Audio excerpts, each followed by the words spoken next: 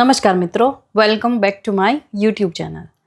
તો તમારી TAT HSS અને ટેટ 2ની તૈયારી સારી ચાલતી હશે. તો આ વિડીયોમાં હું ડિસ્કસ કરવાની છું ઇંગ્લિશ ગ્રામર વિશે. તો તમારા ટાટ HS અને Sમાં ઇંગ્લિશ ગ્રામર એટલે કે અંગ્રેજીનું જે વ્યાકરણ છે તે 15 માર્ક્સનું પૂછાય છે. તો 15 ગુણ છે તે ઓછા ના કહેવાય અને તમે તેને સ્કીપ ન કરી શકો કે હું ઇંગ્લિશ ગ્રામર નહીં કરું. કેમ કે ઇંગ્લિશ ગ્રામર જો તમે નિયમો સમજીને અને કોન્સેપ્ટ સમજીને તમે શીખો તો તમે શીખી જ શકો છો. ભલે તમારો મેઇન વિષય MA BEd કે ગમે તેમાં મેઇન વિષય તમારો ઇંગ્લિશ ન હોય અને તમને લાગતું હોય કે તમારો ઇંગ્લિશ છે ગ્રામર જે વિષય તે કચાસવાળો છે તો હું આ નહીં કરું અથવા તો હું અડીશ જ નહીં, તો તે તમારી ભૂલ થશે અને તેમાં તમને જો 15માંથી એટલીસ્ટ 10 ગુણ પણ આવતા હો તો તમારા માટે તે સારું કહેવાય. તો એક આપણી જે માનસિકતા હોય છે કે ગુજરાતના વિદ્યાર્થીઓ હોય અથવા તો બીજા કોઈ વિદ્યાર્થીઓ હોય કે ઇંગ્લિશ વિષય છે એ બહુ હાર્ડ છે, ટફ છે, તો એ મનમાંથી કાઢી નાખો. જે બીક છે અને જે તમારો હાવ છે અંગ્રેજી વિષય પ્રત્યેનો તે પહેલાં કાઢવો જ પડશે, તો જ તમે ઇંગ્લિશ ગ્રામર શીખી શકશો અને કોઈ પણ એક્ઝામમાં ઇંગ્લિશના ક્વેશ્ચન આવે તો તે તમને આવડી જાય અને તે માર્ક્સ તમને મળી જાય. તો જે તમારો અભિગમ છે, જે એટીટ્યૂડ છે કે મને ઇંગ્લિશ વિષય નથી આવડતો, હું નહીં કરું, આ એક અઘરો વિષય છે, આ વિષય મારા માટે નથી, એવું વિચારવાનું મૂકી દો અને પછી જે બીક હોય છે તે પણ કાઢી નાખો. કેમ કે હું મારી વાત કરું તમને તો હું પણ ગુજરાતી મીડિયમમાં જ ભણેલી છું. હું પહેલેથી કે થ્રુ આઉટ ઇંગ્લિશ મીડિયમમાં નથી ભણેલી. હા, મારો મેઇન સબ્જેક્ટ ઇંગ્લિશ છે પણ તેમાં પણ મેં મહેનત કરેલી છે અને એવો એટીટ્યૂડ મેં રાખેલો છે કે આ એક ફક્ત ભાષા જ છે ને, તો એ કેમ હાર્ડ હોય આપણા માટે? હાર્ડ ન હોવી જોઈએ. જો તમે તેમાં ઇન્ટરેસ્ટ લ્યો, તમારો જે ફિયર એટલે કે તમારી બીક છે તમે કાઢી નાખો અને એવો અભિગમ રાખો કે આ વિષય મારે શીખવાનો છે અને બીજો કોઈ ઓપ્શન નથી અને આના કોન્સેપ્ટ અને નિયમ હું શીખીશ અને આ મને આવડી જશે. જો એટલો અભિગમ તમે રાખશો તો અંગ્રેજી ગ્રામર તમને આવડી જ જશે. આ મારી ગેરંટી છે. જો તમે મહેનત કરો અને તમારો અભિગમ બદલાવો તો. મેં તમને મારી વાત કહી દીધી કે હું ઇંગ્લિશ મીડિયમમાં ભણેલી નથી. મારું સ્કૂલિંગ એટલે કે સ્કૂલમાં કે હાઈસ્કૂલમાં ગુજરાતી મીડિયમમાંથી જ હું પાસ આઉટ થયેલી છું. તો તમારે એવી બીક નથી રાખવાની કે કોઈ એવો એટીટ્યૂડ કે અભિગમ નથી રાખવાનો કે નહીં હું આ સ્કીપ કરી દઈશ કેમ કે આ મારો તો સબ્જેક્ટ છે જ નહીં. તમારે આ વાંચવાનું જ છે, ભણવાનું જ છે. રસપૂર્વક તમે ભણો તો કોઈ પણ વિષય ઇઝી થઈ રહી છે, સહેલું થઈ રહી છે અને તેના ગુણ તમને મળી શકે છે. તો આમાં અંગ્રેજી ગ્રામરના ટાટ HSS માટે અને ટેટ 2 માટે અંગ્રેજી ગ્રામરમાં કયા કયા ટૉપિક વાંચવા અને કયા ટૉપિક છેલ્લે રાખવા અથવા તો ન વાંચવા, ઠીક છે, તો એના માટે હું ડિસ્કસ કરીશ. તો અહીં પહેલો જે તમને ટૉપિક કહું છું, પાર્ટ્સ ઓફ સ્પીચ. તમે અંગ્રેજી ગ્રામર ભણવા બેસો કોઈ પણ એક્ઝામ માટે, સહેલી એક્ઝામ હોય, ક્લાસ 3ની હોય, ક્લાસ 2, 1, જો તમને ઇંગ્લિશ વિષય તમારે એકથી શરૂ કરવું હોય તો પાર્ટ્સ ઓફ સ્પીચ તમારે ભણવું પડે, શીખવું પડે, તેના કોન્સેપ્ટ ક્લિયર કરવા પડે. તો પાર્ટ્સ ઓફ સ્પીચમાં કયા ટોપિક આવે છે? તો નાઉન, પ્રોનાઉન, એડજેક્ટિવ વગેરે વગેરે, સબ્જેક્ટ, ઓબ્જેક્ટ. તમને જે સવાલ આપવામાં આવે, સેન્ટેન્સ આપવામાં આવે એક્ઝામમાં અને અંડરલાઇન કરવામાં આવે કે આ જે શબ્દ છે તે કઈ પાર્ટ્સ ઓફ સ્પીચ છે. પછી 4 ઓપ્શન આપવામાં આવે, નાઉન, પ્રોનાઉન, એડવર્બ, એડજેક્ટિવ વગેરે. તો તમે તે શીખી શકો. બરાબર.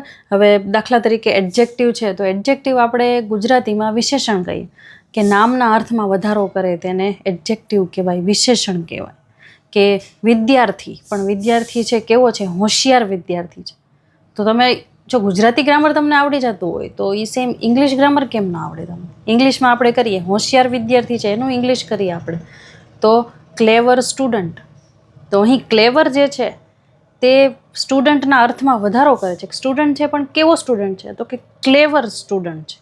તો ક્લેવરની નીચે ક્લેવરમાં અંડરલાઇન કરી હોય અને પૂછ્યું હોય કે આ કયું પાર્ટ્સ ઓફ સ્પીચ છે તો તમને ખબર પડી જવી જોઈએ કેમ કે તમે શીખેલા છો.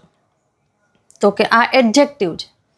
તો પહેલાં પાર્ટ્સ ઓફ સ્પીચ તમે લઈ લ્યો, એમાં જે બધા નાઉન, પ્રોનાઉન, એડજેક્ટિવ, એડવર્બ જે છે વગેરે વગેરે તમે સમજો, તેનો કોન્સેપ્ટ સમજો તો તેમાંથી ઘણા 2-3 ક્વેશ્ચન પૂછાય તો તમને તેના જવાબ આવડે. સેકન્ડ ટોપિક અહીંયા આવે છે ટેન્સીસ, એટલે કે કાળ. કાળ તમારે કરવા જ જોઈએ, ઇઝી ટોપિક છે અને એમાંથી પ્રશ્નો પૂછાય છે અને પૂછાય જ છે. તમે કોઈ પણ અગાઉના જે પ્રીવિયસ યર્સ ક્વેશ્ચન પેપર હોય તમે લઈ લો, અથવા તો ક્લાસ 3ના લઈ લો, બોર્ડના ક્વેશ્ચન પેપર તમે જોઈ લો 10-12ના, તો તેમાં ટેન્સીસને મહત્ત્વ આપે છે અને તેમાંથી ઘણા બધા માર્ક્સના ક્વેશ્ચન પૂછાય છે. ટેન્સીસ એટલે કે સાદો વર્તમાનકાળ, સાદો ભૂતકાળ, ભવિષ્યકાળ, પૂર્ણ વર્તમાનકાળ, પૂર્ણ ભૂતકાળ, તો વગેરે વગેરે. આ જે કાળ છે તેમાં તમારે એના નિયમો તમે ખાલી જોઈ લો, કે તેનો કોન્સેપ્ટ સમજી લો, તો પછી તમને ઇઝી થઈ પડે છે. દાખલા તરીકે હું સાદા વર્તમાન કાળની વાત કરું તો તેમાં કર્તાની સાથે ડુ અને ડઝ લાગે છે, ઠીક છે, અથવા તો ડુ અને ડઝ ન હોય તો એમાં એસ અને ઈએસ લાગે છે ક્રિયાપદની પાછળ. તો ઘણાને એમ થાય ડુ અને ડઝ ક્યાં વાપરવા, તો એક વચનમાં કરતા હોય તો તેમાં ડઝ વાપરવામાં આવે છે, બહુવચનના જે કરતા હોય તો તેમાં ડુ વાપરવામાં આવે છે. ડુ અને ડઝ હોય તો પ્લસ તેની સાથે ક્રિયાપદનું કયું રૂપ લાગે, તો કે ક્રિયાપદનું મૂળ રૂપ લાગે, એટલે કે V1 તે લાગે. પછી વોઝ વેરની વાત કરીએ તો વોઝ વેર છે એ સાદા ભૂતકાળમાં વપરાય છે, અને વોઝ વેરની સાથે તમે આઈએનજી વાળું ક્રિયાપદનું મૂળ લગાવો તો તે ચાલુ કાળ બની જાય, ચાલુ ભૂતકાળ બની જાય છે, ઠીક છે. અને ડીડ હોય તો હંમેશા બધા કર્તાની સાથે ડીડ લાગે.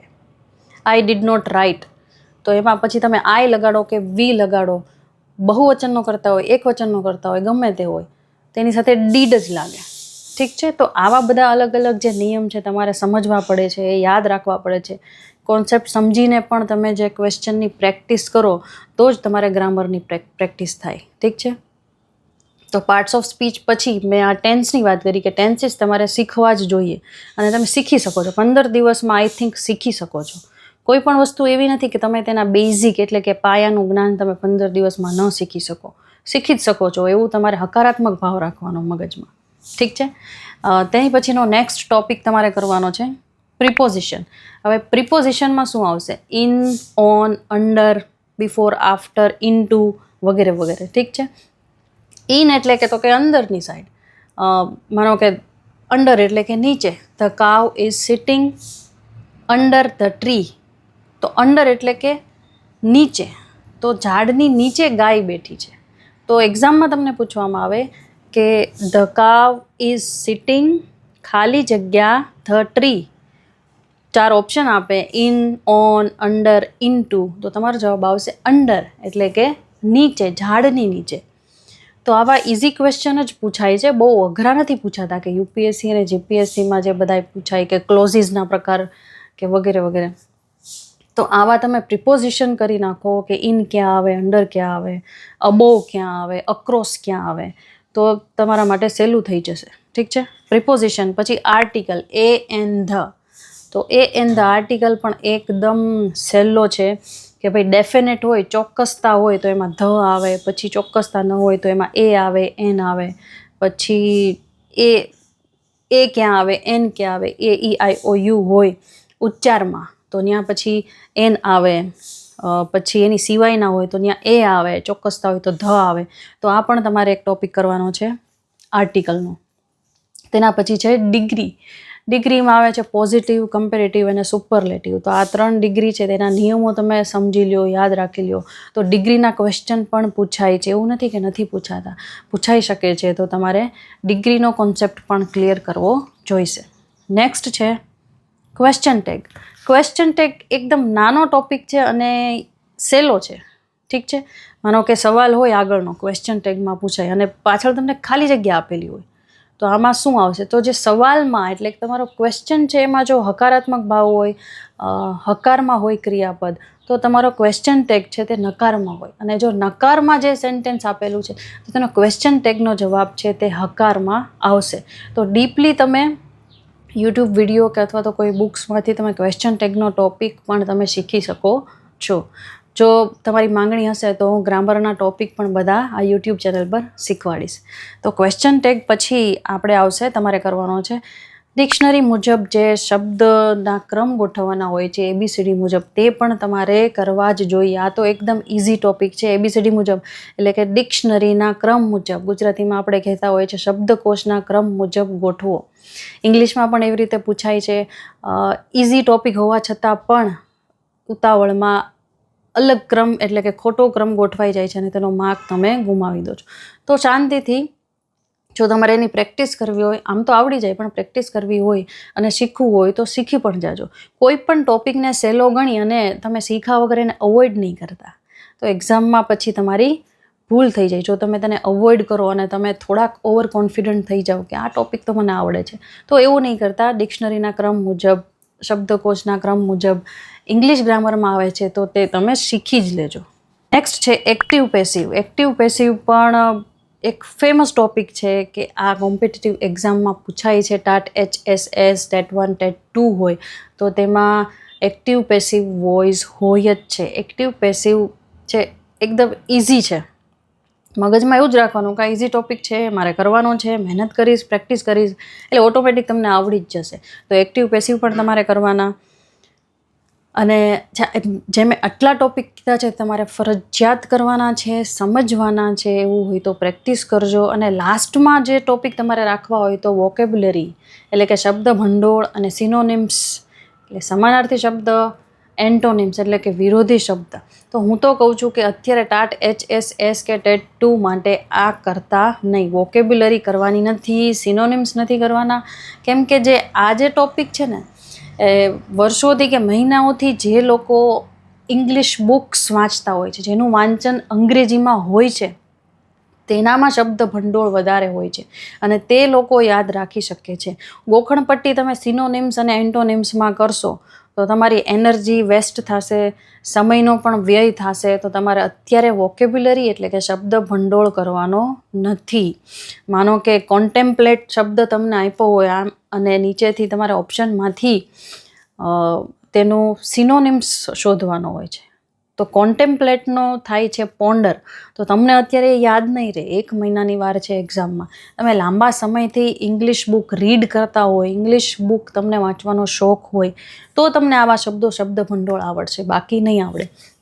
તો અત્યારે તમારે સિનોનિમ્સ, એન્ટોનિમ્સ કરવાના નથી. એક વચનમાંથી બહુવચન ફેરવો, તેના નિયમો, તે પણ તમે નહીં કરતા. ટેન્સીસ કરો, એક્ટિવ પેસિવ કરો, ડિગ્રી કરો, આર્ટિકલ કરો, પ્રિપોઝિશન કરો અને પાર્ટ્સ ઓફ સ્પીચ તો સૌથી પહેલાં કરો. તો આટલા ટોપિક તમારે અંગ્રેજી વ્યાકરણમાં કરશો તો તમારા 10 માર્ક તો પાક્કા જ છે. 15માંથી 15 આપણે નથી લાવવા, ઠીક છે. 10 માર્કનો આપણે ટાર્ગેટ રાખીએ કે અંગ્રેજી વ્યાકરણમાં મારા 10 માર્ક જવા જોઈએ નહીં. તો એ રીતે તમે આની તૈયારી કરો. અને તમને પ્રશ્ન થાય કે પણ તૈયારી ક્યાંથી કરવી? અમુક 2-3 બુક્સ કહી દઉં. એન્જલ એકેડમીની બુક્સ અને યુટ્યુબ ચેનલ પણ સારી છે. યુવા ઉપનિષદ જે છે તેની પણ યુટ્યુબ ચેનલ સારી છે. પછી એક હિન્દીમાં વાત કરું તો નીતુ મેમ જે UPSC અને જે બીજા હિન્દીમાં કરાવતા હોય છે તો એની ચેનલ પણ સારી છે. નીતુ મેમ સર્ચ કરજો તમે યુટ્યુબ ચેનલમાં. અક્ષર પબ્લિકેશન, પછી વેબ સંકુલ જે છે તેમાં જે ટીચર્સ ભણાવે છે તે પણ સારું છે. આ વિડીયોમાં કોઈનો પ્રમોશન નથી, પણ તમને હેલ્પ થઈ જાય તેટલા માટે હું બુક્સ અને યુટ્યુબ ચેનલના નામ આપું છું. જો તમારી રીતે તમને કોઈ ટીચર સૂટ કરતા હોય, તેમની ભણાવવાની પદ્ધતિ તમને સમજાઈ જતી હોય, તમને ગળે ઉતરી જતી હોય તો તે શિક્ષકોના પણ યુટ્યુબ ચેનલ તમારે જોઈ શકાય છે. ફક્ત તમે અંગ્રેજી ગ્રામર માટે કે અંગ્રેજી વિષય માટે હાવ કાઢી નાખો એટલે તમને આ વિષય આવડી જ જશે અને 15 ગુણમાંથી 10 ગુણ તમારે લાવવાના જ છે. તો બસ આ વિડીયોમાં આટલું જ હું કહેવા માંગતી હતી. મળીએ નેક્સ્ટ વિડીયોમાં. I will meet you in my next video with new topic. તમને કોઈ ટોપિક વિશે વિડીયો જોઈતો હોય તો હું તે બનાવીશ. ટેક કેર અને વાંચજો. બાય.